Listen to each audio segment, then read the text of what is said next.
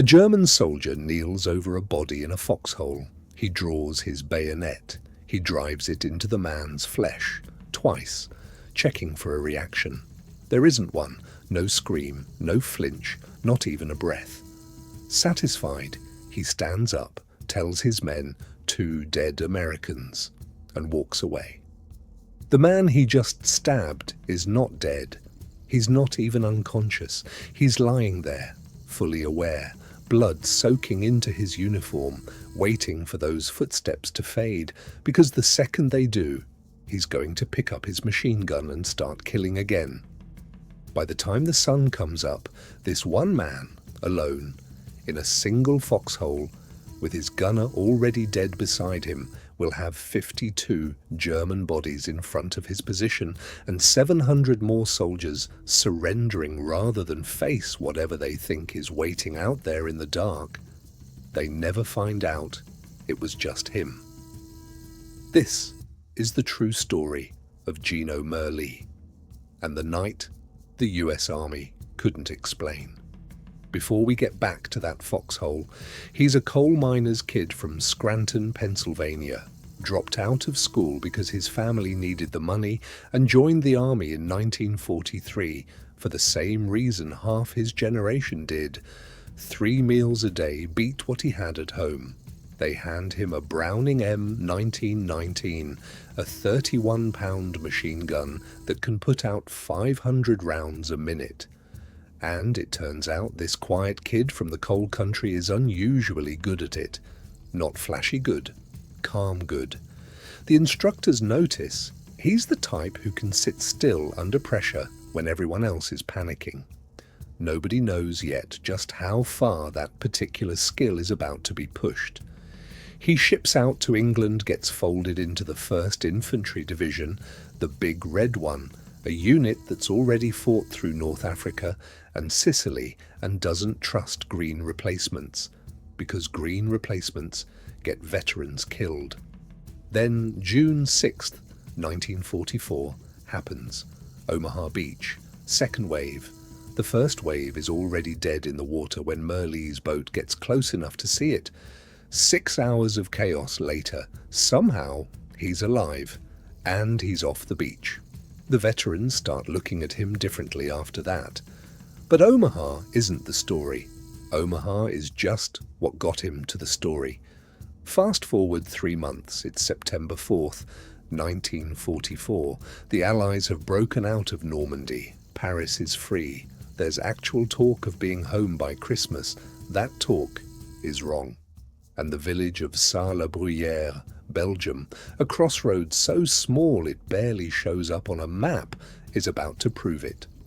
Merli's company sets up a roadblock on the outskirts. Standard defensive position, dig in, watch the road, wait. He's got 14 men in his section. His foxhole covers the main approach. He sets up the Browning. He expects a quiet night. At 8 p.m., the tree line moves.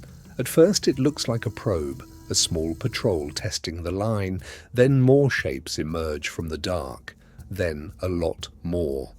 This isn't a patrol, it's a full assault, hitting from multiple directions, and it's professional, coordinated.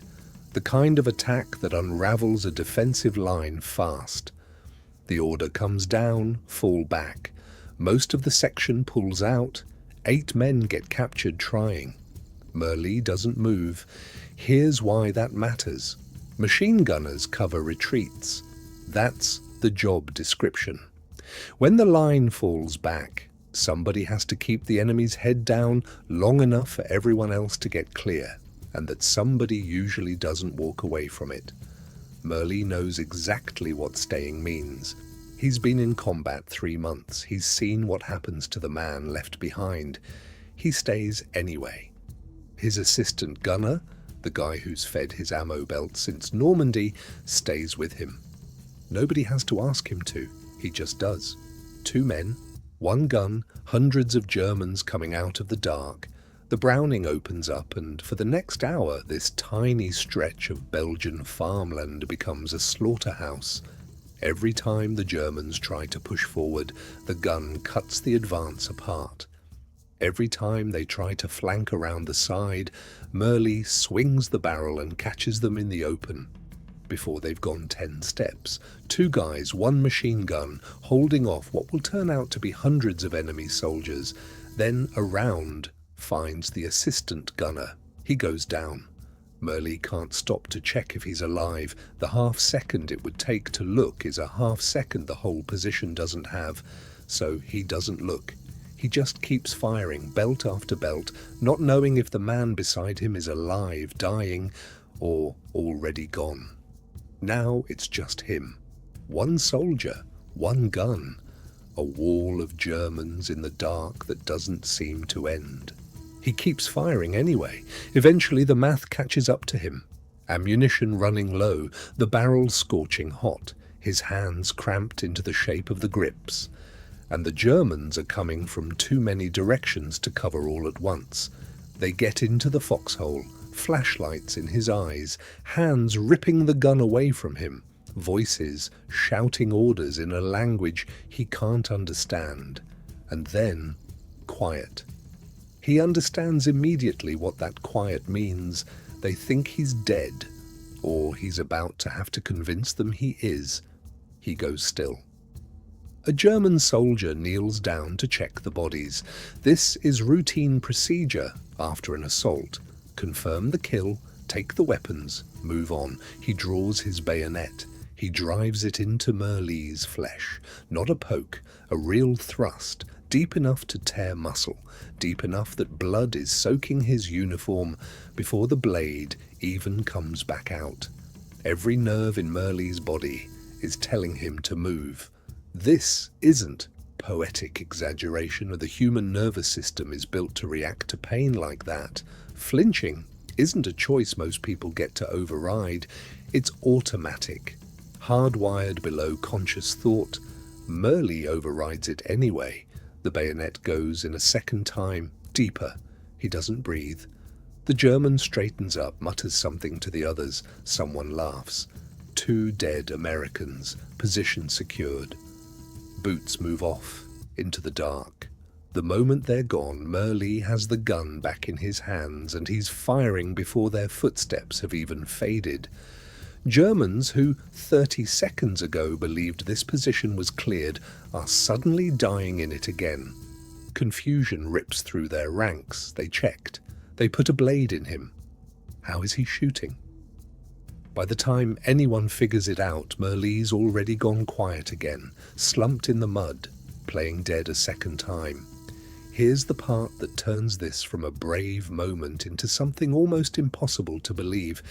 It doesn't happen once.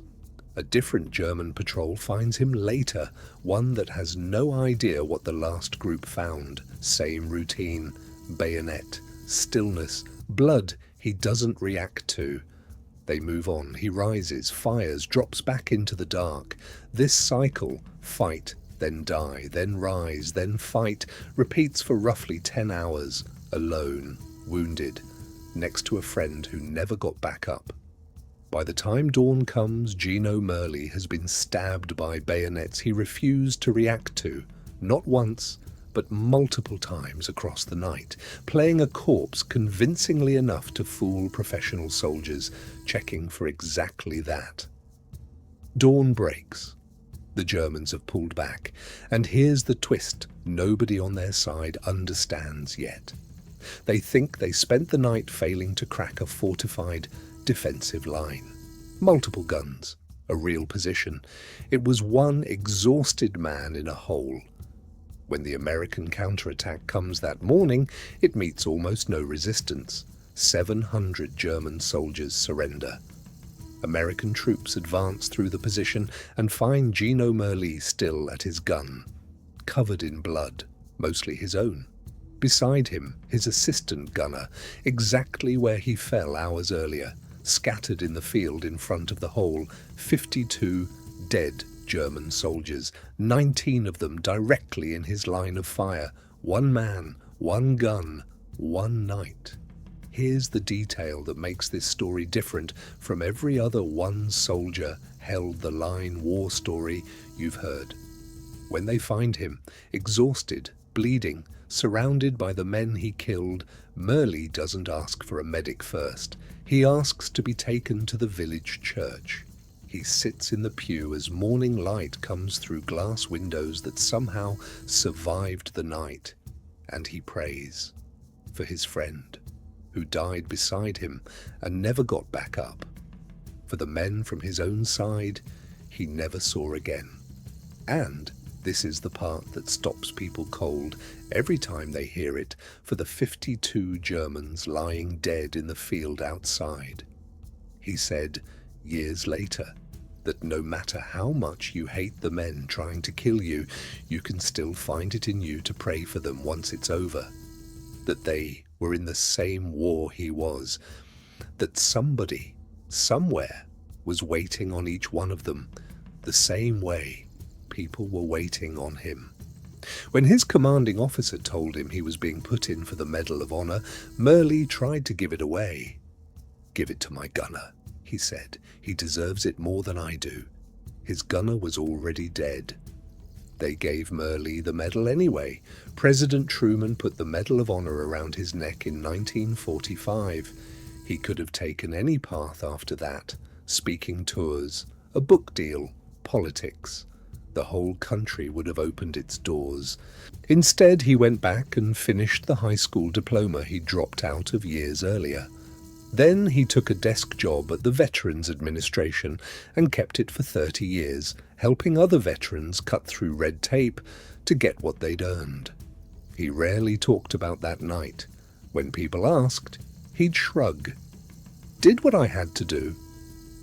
He passed away in 2002 at 78 in the same coal country he grew up in.